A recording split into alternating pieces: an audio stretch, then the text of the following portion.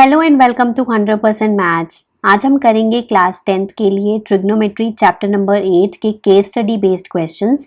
तो ये क्वेश्चंस बहुत सिंपल लिए हैं मैंने, बट स्टिल आपके बेसिक कॉन्सेप्ट्स को क्लियर करने में हेल्प करेंगे और बताऊंगी आपको कि क्वेश्चंस को कैसे हमें सॉल्व करना है। ठीक है, तो आज का वीडियो जो है वो बहुत इंपॉर्टेंट है। इसमें 3 केस स्टडीज ली हैं और साथ में कुछ इंपॉर्टेंट एमसीक्यूज लिए हैं। तो ये स्टैंडर्ड और बेसिक दोनों के लिए ये वीडियो बहुत इंपॉर्टेंट है। सो इस वीडियो को लास्ट तक जरूर देखिएगा। आइए वीडियो स्टार्ट करते हैं। तो starting with the first question, ये अब केस स्टडी बेस्ड क्वेश्चंस हैं। ठीक है, अब यहाँ पर ये जो हिस्ट्री है, you don't have to read this. ठीक है, बस बेसिकली पता होना चाहिए कि इसमें कहा क्या गया है। तो बेसिकली हम स्टार्ट करते हैं इस लाइन से। ठीक है, let the distance between the person and the base of the temple be 12 metre and height of the temple be 5 metre. ठीक है, तो हमें ये क्लियरली डायग्राम से पता चल रहा है कि this is based on trigonometry. ठीक है, तो ये ए बी का डिस्टेंस 12 है और जो हाइट ऑफ टेम्पल है दिस इज 5। ठीक है, तो we can easily find the distance of AC, है ना। This is A, this is B and this is C। ठीक है, अब यहाँ पर हमें पता है कि पाइथागोरस थ्योरम यूज करके हम हाइपोटेन्यूज निकाल लेते हैं। AC square is equal to AB square plus BC square. अगर आपको याद हो तो मैंने आपको पिछली वीडियोस में भी कहा था कि ट्रिपलेट्स याद रख लो, है ना। तो 12, 5 और ट्रिपलेट क्या होता है 13, 12 और 5 का ट्रिपलेट होता है। सो 12 का square 144 plus 25 that is equal to 169 और रूट ऑफ 169 कितना होता है 13 होता है। सो ये AC का डिस्टेंस कितना आ गया 13 मीटर। तो क्वेश्चन नंबर 1 से स्टार्ट करते हैं। A part, the value of sine A. तो साइन ए, तो यहाँ पर हम कॉन्सेप्ट लगाएंगे PBP HHB sine cos tan. ठीक है, पंडित बद्री प्रसाद वाला। और हमें जानना है साइन ए। साइन ए होता है परपेंडिकुलर अपॉन हाइपोटेन्यूज। तो पहली बात, तो एंगल ए कहाँ है? एंगल ए यहाँ नीचे ही है। ठीक है, तो कोई प्रॉब्लम नहीं है। परपेंडिकुलर क्या है आपका 5 और हाइपोटेन्यूज क्या है आपका 13। ठीक है, तो यहाँ से हम परपेंडिकुलर 5 और हाइपोटेन्यूज क्या है 13। तो आंसर क्या हुआ ऑप्शन नंबर सी। ठीक है, next question number B part. ठीक है, cos A. Cos A, angle A नीचे ही है, तो base upon hypotenuse. What is the base 12। ठीक है, आप फिगर से दोबारा से देख सकते हो। सो बेस आ गया 12 और हाइपोटेन्यूज 13 है। ठीक है, तो आपका हाइपोटेन्यूज यहाँ पर 13 पुट कर दिया, तो यहाँ पर ऑप्शन नंबर डी इसका करेक्ट आंसर हो गया। ठीक है, तो ये तो बहुत सिंपल है। तो इस तरह के केस स्टडीज भी आपको पूछी जा सकती हैं। ओके, क्वेश्चन नंबर सी पे मूव करते हैं, फर्स्ट के सी पार्ट पे। द वैल्यू ऑफ साइन सी। अब यहाँ पर थोड़ा सा कॉम्प्लिकेटेड हो जाएगा। ठीक है, साइन सी, तो हम परपेंडिकुलर, ये होता है परपेंडिकुलर अपॉन हाइपोटेन्यूज, है ना। अब मैं ना एक बार यहाँ पर फिगर आपको बनाकर दिखाती हूँ, बार बार वहाँ जाना मुश्किल लग रहा है। So this is our B, this is our C and this is our A. ठीक है, तो ये B जो है वो 90 डिग्री है। AB का डिस्टेंस 12 मीटर है और ये जो डिस्टेंस है दिस इज 5 मीटर एंड ये डिस्टेंस हमने कैलकुलेट किया था 13 मीटर। ठीक है, अब एंगल कहाँ है C। ठीक है, C ऊपर है ना, यहाँ पर है। ठीक है, अगर इस डायग्राम को हम टिल्ट करके देखें तो परपेंडिकुलर अब बेस बन जाएगा और बेस क्या बन जाएगा परपेंडिकुलर बन जाएगा। बस ये याद रखना होता है। Hypotenuse remain same. जब हमारा एंगल इस तरह से ऊपर की तरफ होता है तो परपेंडिकुलर बेस बन जाता है, बेस परपेंडिकुलर बन जाता है। ठीक है, तो अब जब हम परपेंडिकुलर की यहाँ वैल्यू पुट करेंगे तो परपेंडिकुलर की वैल्यू नहीं पुट करेंगे, हम बेस की वैल्यू पुट करेंगे। तो बेस क्या है इसका 12 और हाइपोटेन्यूज क्या है 13। ठीक है, तो आंसर है हमारा 12/13 यानी कि option number A. Mostly students यहाँ पर 5/13 भी लिख कर आएंगे क्योंकि उनको लगेगा कि परपेंडिकुलर 5 है, बट एंगल हमारा कहाँ है ऊपर है। तो ऊपर जब एंगल होता है तो परपेंडिकुलर बेस बन जाता है, बेस परपेंडिकुलर बन जाता है। ठीक है, next D part, tan A minus cot C की वैल्यू। ठीक है, so we have to first calculate tan A। tan A होता है परपेंडिकुलर अपॉन बेस। तो हमारा जो एंगल ए है वो नीचे की तरफ ही है तो सिंपल रहेगा। परपेंडिकुलर क्या है 5 और बेस क्या है आपका 12। ठीक है, next cot C. Cot C होता है बस बेस अपॉन परपेंडिकुलर। अब सी एंगल कहाँ है ऊपर की तरफ है। ठीक है, जब ऊपर की तरफ होता है तो base perpendicular, perpendicular base. Base क्या है आपका 12 है, बट हमने क्या इसकी वैल्यू पुट करनी है परपेंडिकुलर की, 5/12 हो गया। So tan A minus cot C यानी कि 5/12 माइनस 5/12 आंसर इज 0। ठीक है, तो ऑप्शन नंबर बी इसका करेक्ट आंसर है। ठीक है। Next question number E part, the value of cosecant square C is. अब यहाँ पर देखो कोसेकेंट हमने सी फाइंड करना है, ठीक है। कोसेकेंट सी फाइंड करना है यानी कि एच अपॉन पी हो गया। अब यहाँ पर कोसेकेंट स्क्वायर से पहले कोसेकेंट सी पता होना चाहिए, तो एच अपॉन पी, एच क्या है हमारा 13 और सी एंगल हमारा ऊपर की तरफ है, तो पी क्या हो जाएगा, परपेंडिकुलर बेस बन जाएगा यानी कि 12 हो गया। अब हम क्या फाइंड करेंगे, कोसेकेंट स्क्वायर सी यानी कि इसका होल स्क्वायर कर देंगे, तो 13 का स्क्वायर 169 और 12 का स्क्वायर 144 यानी कि ऑप्शन नंबर ए इसका करेक्ट आंसर है, ठीक है। तो क्वेश्चन नंबर 2 में हम एमसीक्यू पहले सॉल्व करेंगे, ठीक है। इंपॉर्टेंट था, sine theta plus cos theta root 2 cos theta given है, then the value of tan theta is. तो हमें गिवन है sine theta plus cos theta is equal to root 2 cos theta, ठीक है। अब यहाँ पर हम यहाँ पर साइन थीटा, इस कॉस थीटा को मैं लेफ्ट राइट साइड पे लेके जा रही हूँ, root 2 cos theta minus cos theta. हम यहाँ से कॉमन ले सकते हैं कॉस थीटा, बिल्कुल ले सकते हैं। अंदर क्या बचेगा, रूट 2 माइनस 1। अब इस कॉस थीटा को इधर ले आओ, क्योंकि हम जानते हैं कि साइन अपॉन कॉस क्या होता है, टैन होता है, तो उसी की वैल्यू तो हमें चाहिए। साइन अपॉन कॉस हो गया tan, tan theta is equal to root 2 minus 1 यानी कि ऑप्शन नंबर ए इसका करेक्ट आंसर है, ठीक है। नेक्स्ट क्वेश्चन नंबर हमारा 3 एमसीक्यू है ये भी। 5x is equal to secant theta 5 by x is equal to tan theta. हमें वैल्यू किसकी चाहिए, 5 into x square minus 1 by x square, ठीक है। तो पहले सबसे पहले यहाँ पर दोनों साइड पे स्क्वायरिंग बोथ साइड्स करेंगे। सो ये हो जाएगा 25 एक्स स्क्वायर और ये हो जाएगा सीकेंट स्क्वायर थीटा, और इधर हो जाएगा 25 by x square is equal to tan square theta, ठीक है। अब मैं क्या कर रही हूँ, ये मेरी बन गई है फर्स्ट इक्वेशन, ठीक है, और ये मेरी बन गई है सेकंड इक्वेशन, ठीक है। तो मैं first equation minus second equation करने जा रही हूँ। 25 x square minus 1 by 25 x square is equal to secant square theta minus tan square theta, ठीक है। तो राइट साइड पे तो हमारी आइडेंटिटी है और इसकी वैल्यू क्या होती है, 1 होती है। इधर से मैं 25 कॉमन ले रही हूँ, x square minus 1 by x square आ गया।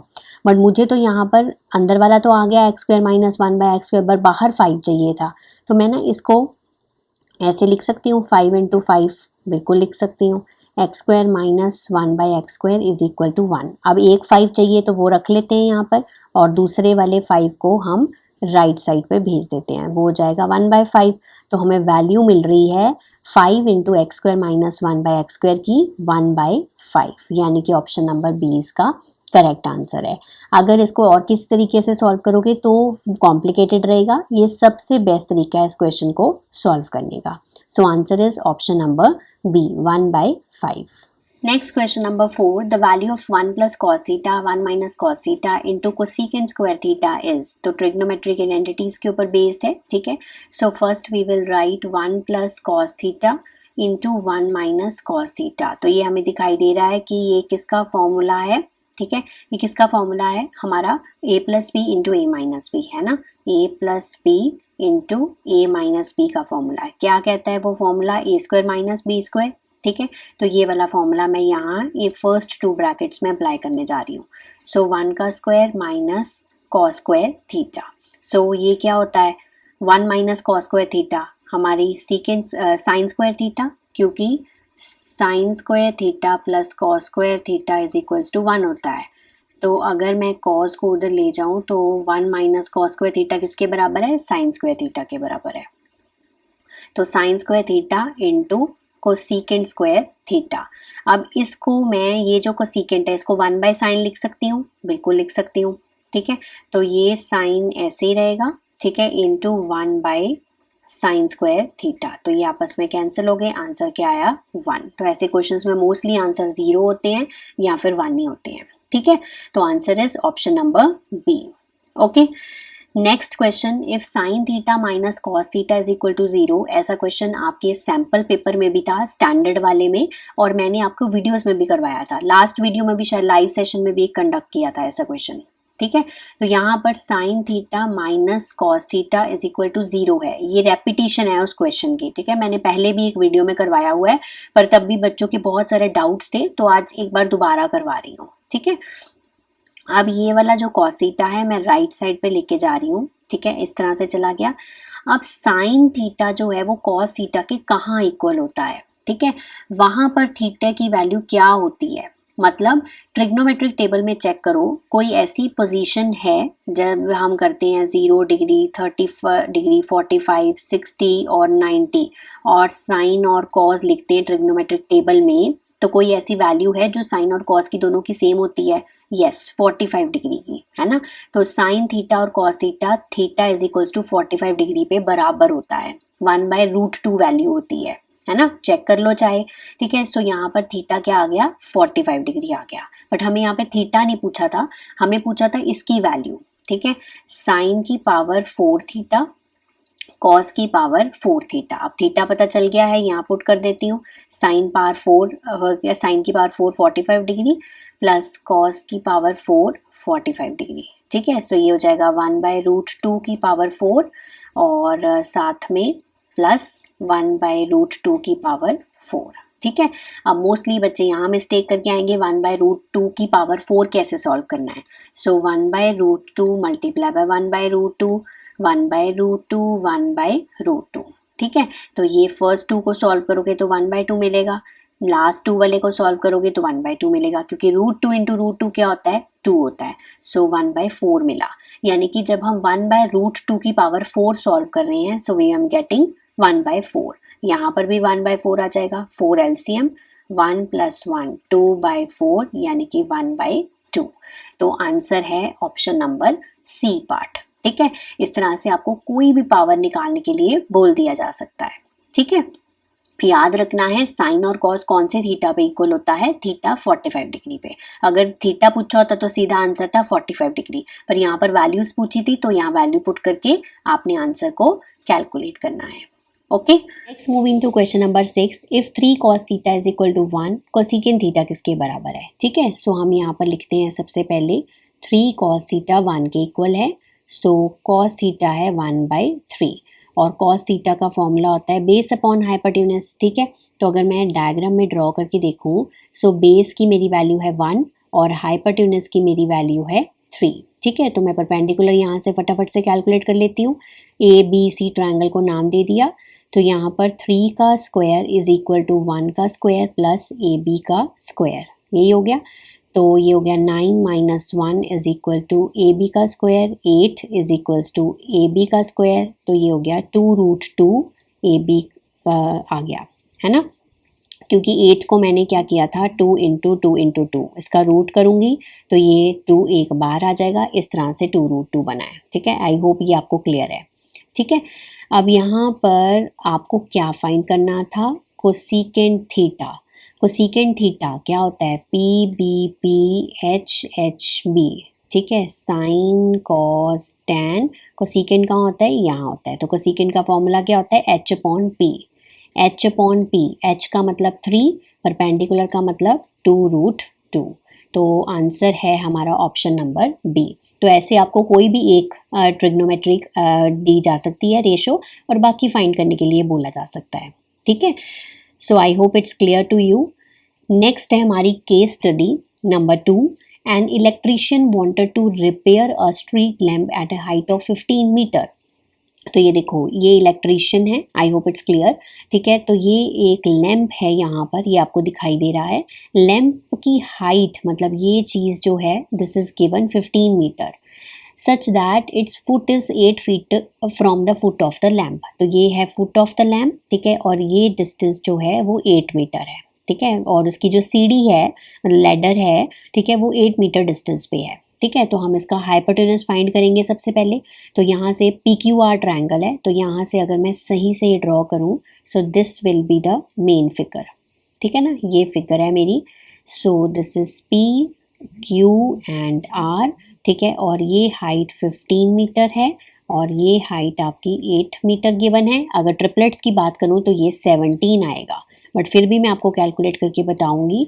PR² is equal to PQ² plus QR², 15 + 8 का स्क्वायर 225 प्लस 64 289, इसका रूट करोगे तो 17 आ जाएगा। ठीक है, ट्रिपलेट्स अगर याद रहेंगे तो बहुत आसानी हो जाएगी। ठीक है, ये मेन फिगर है हमारी। अब हमने इसके बेसिस पे क्वेश्चंस को सॉल्व करना है।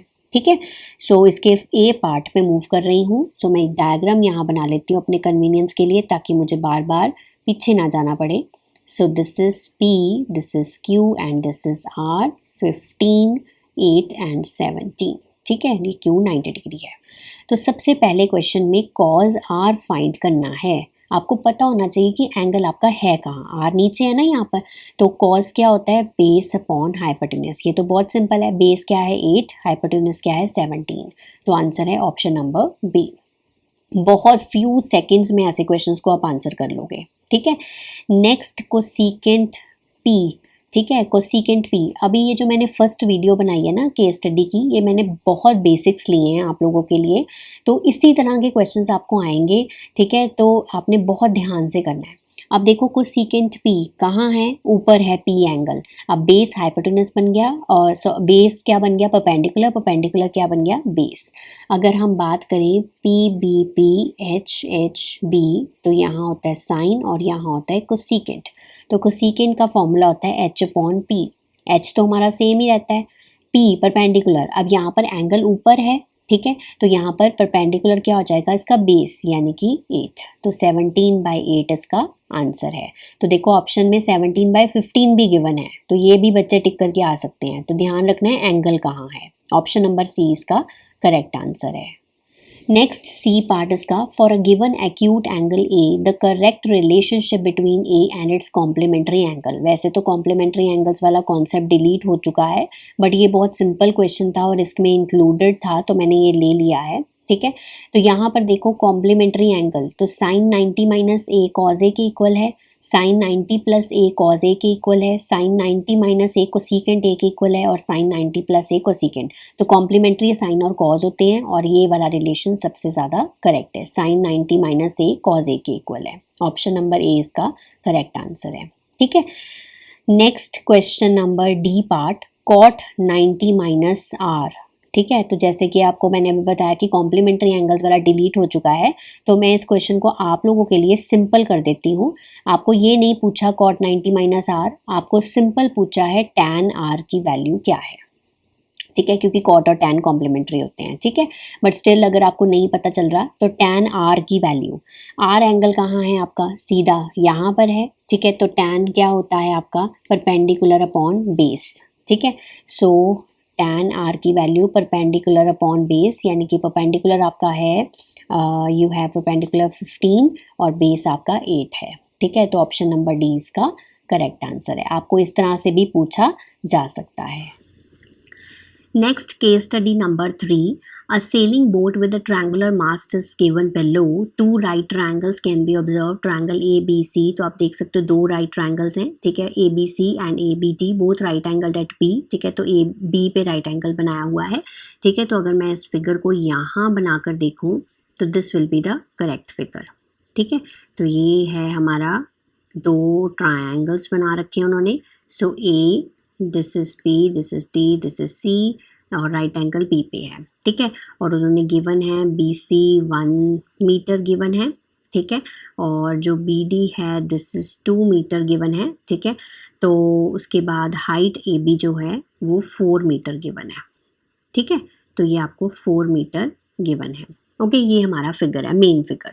ओके, इसके बेसिस पे हमें क्वेश्चंस करने हैं, तो पहले हम एक चीज़ निकाल लेते हैं, एक AD निकाल लेते हैं और एक निकाल लेते हैं AC। दोनों हमारे पाइथागोरस थ्योरम से निकलेंगे। ठीक है, सो AC पहले निकाल रही हूँ, 4 का स्क्वायर प्लस 1 का स्क्वायर, यानी कि 16 प्लस 1 यानी कि 17। AC स्क्वायर आ गया 17, यानी कि AC आ गया √17। तो अगर मैं बात करूँ तो ये √17 है। और अगर मैं AD की बात करूँ, सो 4 का स्क्वायर प्लस 2 का स्क्वायर, 16 प्लस 4 √20। तो √20 को जब हम सॉल्व करेंगे तो वी विल गेट 2 × 5 × 2, है ना। 5 2 = 10, 2 = 20, 2 वाला पेयर बाहर आ जाएगा, तो 2√5 हो जाएगा। सिंप्लीफाई करके रख लेना चाहिए, कभी भी काम आ सकता है। तो 2√5 मीटर आ गया। ठीक है। अब यहाँ पर हम एक क्वेश्चंस के स्पेस पे हैं। Okay, let's see question number A part, the value of secant D. तो पहले यहाँ पर मैं दोबारा से एक बार फिगर यहाँ ड्रॉ कर लेती हूँ ताकि इजी रहे मुझे। सो ये हमारी बेसिकली फिगर हमने कैलकुलेट की है, तो सीकेंट डी चाहिए मुझे। तो I will see this triangle A B D, है ना, ए बी डी में डी है एंगल। तो मैं यहाँ पर पहले ये वाला कॉन्सेप्ट भी लिख लेती हूँ, पंडित बद्री प्रसाद हरी हरी बोल। और सीकेंट चाहिए तो यहाँ पर कॉज होता है और यहाँ पर सीकेंट होता है। तो सीकेंट एच अपॉन बी होता है। तो हाइपोटेन्यूज क्या आया है 2√5, अभी कैलकुलेट किया था, ये देखो 2√5 हाइपोटेन्यूज है इसका, और बेस क्या है इसका 2। ठीक है, तो 2 से 2 कैंसिल, आंसर क्या है √5। तो ऑप्शन नंबर सी इसका करेक्ट आंसर है। ठीक है, नेक्स्ट बी पार्ट, कोसीकेंट सी। अब सी के लिए हमें ये वाला ट्रायंगल देखना पड़ेगा, ट्रायंगल ए बी सी। तो ध्यान रखना है कौन सा ट्रायंगल देख रहे हैं। ठीक है, तो हम यहाँ पर कैलकुलेट करेंगे कोसीकेंट सी। तो यहाँ ये कोसीकेंट होता है। ठीक है, तो कोसीकेंट के लिए हमारा फॉर्मूला होता है एच अपॉन बी। एच क्या है इसके लिए √17 और परपेंडिकुलर क्या है इसका 4। ठीक है, तो √17/4, so it's option number D. ठीक है, तो ऑप्शन नंबर डी इसका करेक्ट आंसर है। ठीक है, नेक्स्ट सी पार्ट पे फिर से मैं यहाँ पर फिगर और कॉन्सेप्ट लिख लेती हूँ। सो ये फिगर है, आपको वहाँ बार बार बनाने की ज़रूरत नहीं पड़ेगी, ये स्लाइड्स चेंज हो रही है इसलिए मुझे बार बार रिपीट करना पड़ रहा है। The value of tan d plus cot c। तो we have to first calculate tan d and cot c, फिर उन दोनों को प्लस करना है। ठीक है, सो tan d, d एंगल कहाँ है ये वाला, ए बी डी ट्रायंगल देखना पड़ेगा। So perpendicular upon base, perpendicular क्या है आपका 4 और बेस क्या है 2, तो यानी कि 2 हो गया। cot c कहाँ है ये c एंगल ये वाला, तो cot c के लिए बेस अपॉन परपेंडिकुलर, बेस क्या है 1 और परपेंडिकुलर क्या है 4। ठीक है, तो यहाँ से tan d की वैल्यू आई है 2 और cot c की वैल्यू आई है 1/4। इन दोनों को हमें प्लस करना है, 2 + 1/4, 4 LCM। ठीक है, तो ये हो गया 8 + 1 यानी कि 9/4। तो 9/4 यानी कि ऑप्शन नंबर ए इसका करेक्ट आंसर है।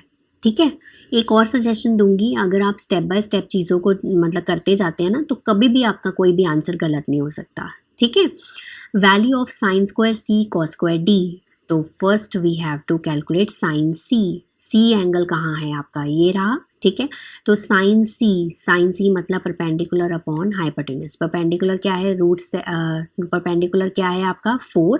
ठीक है, हाइपोटेन्यूज क्या है √17। ठीक है, अब आपने क्या कैलकुलेट करना है sin² c, है ना, 4/√17 का होल स्क्वायर यानी कि 16/17, ये आ गया।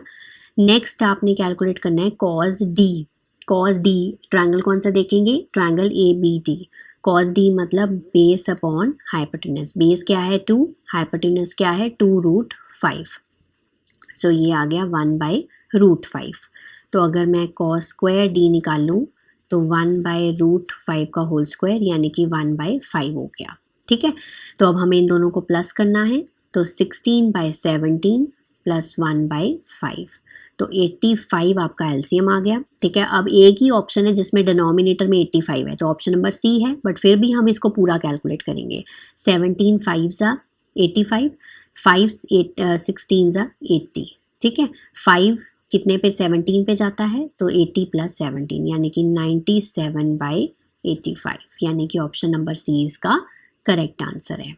ओके, नेक्स्ट क्वेश्चन नंबर 9 हमारा, ये भी एक जस्ट केस स्टडी है बट इसमें क्वेश्चन एक ही है। ठीक है, while eating sandwich Chetna jokingly remark that she can find out the value of any trigonometric ratio if just one ratio is known to her as the sandwich is a right triangle. ठीक है, तो उसने ऐसा कहा, तो if 3 tan A = 4 है तो हमें इसकी वैल्यू कैलकुलेट करनी है। अगर ये सीधा भी पूछा होता तब भी हमारा ये आंसर आ जाता। ठीक है, तो अब यहाँ पर tan A 3 tan A जो है वो 4 के इक्वल है, सो tan A की वैल्यू है 4/3। ठीक है, अब मुझे इसकी वैल्यू चाहिए, यहाँ पर तो साइन और कॉज हैं। ठीक है, एक तरीका ये है कि मैं पहले यहाँ पर यहाँ से पहले राइट ट्रायंगल बनाऊँ। ठीक है, उससे हाइपोटेन्यूज फाइंड करूँ, फिर साइन ए और कॉज ए की वैल्यू फाइंड करूँ, वो थोड़ा लंबा प्रोसीजर है। ठीक है, इसको करने के लिए एक और शॉर्टकट मेथड है। आपने क्या करना है, साइन को हम tan बना सकते हैं, बिल्कुल बना सकते हैं। cos से डिवाइड कर दो, तो मैं ऊपर नीचे दोनों इक्वेशंस को ना cos से डिवाइड कर रही हूँ, ठीक है। तो 3 sin a cos a और यहाँ पर 2 cos a cos, नीचे भी cos a, ठीक है। डिनोमिनेटर में भी ऐसे ही करूँगी, 3 sin a, मतलब न्यूमरेटर और डिनोमिनेटर दोनों को cos a से डिवाइड कर दिया, 2 cos a divided by cos a, ठीक है।